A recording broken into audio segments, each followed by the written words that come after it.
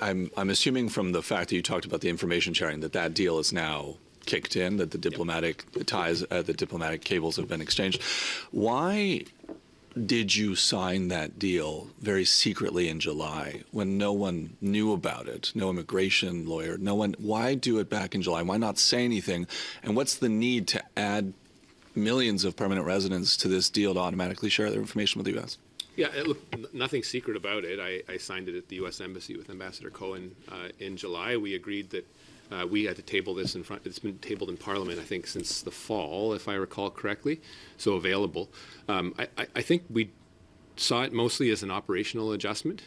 It's something I think is important, sharing information on permanent residents traveling across the border allows for a managed flow of information on both sides. They do the same for us, so we get to do security assessments and whatever assessment that we need to do on a person coming in. So I think it was in our mutual interest.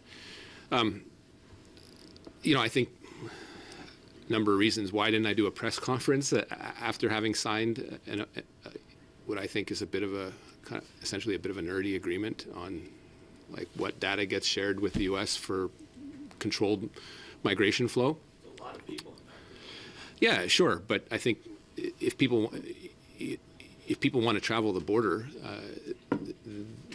the welcoming country needs to have the expectation that they can get a sense of whether that person is traveling the border for the reasons that they're doing that. And we thought it was rational in our own interest with respect to Americans, which come in a significant flow, to get information on their permanent residents and vice versa.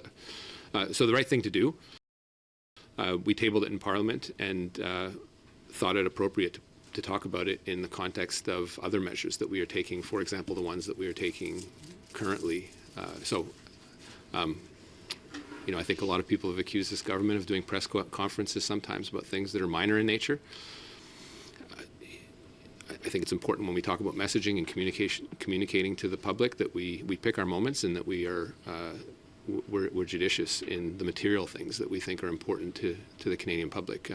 This is important, but as part of another set of measures in securing the border that has been in the current administration's interest, but also in our administration's interest.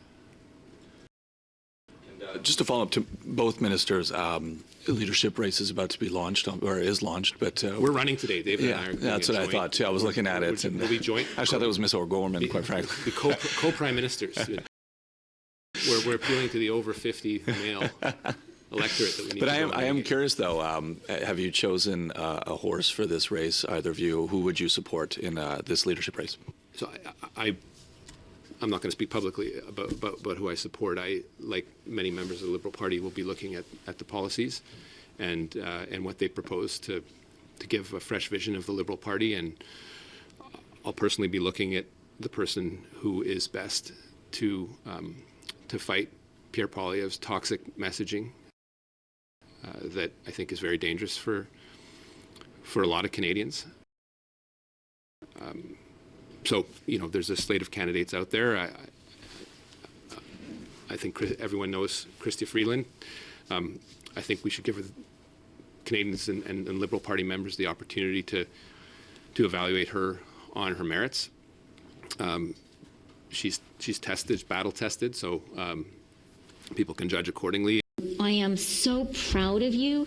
Your parents must be so proud of you. Yeah, Mark Carney, who's rumored to announce, has a very solid background in the private sector, so people can see the attractiveness. He's a goalie like me, so don't bet against a goalie, but obviously you want to see whether he can do the butterfly or whether he can flash some glove, or what he does to a guy that sits in his crease. Can he crack him in the legs a bit? And I think you want to see someone that's battle tested. Karina Gold, great colleague who's been really positive in Parliament. She's a bit younger, so I think that's an appeal to some members of the party. And I've been good friends with Frank Baylis as a colleague, so I wish them all good luck. But I think for Liberal members, it's an important opportunity to look at what the policies are and focus on the policies, and our ability not only to win a leadership race, but to take it into the next election with a unified team that we haven't been over the last little while. It's showed in the polls.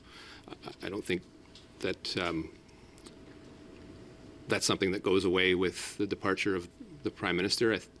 This is something that, if we're not unified as a party, then Canadians will see that. So I expect this as an opportunity for us to unify as a party, and that'll be my message to folks when they ask me.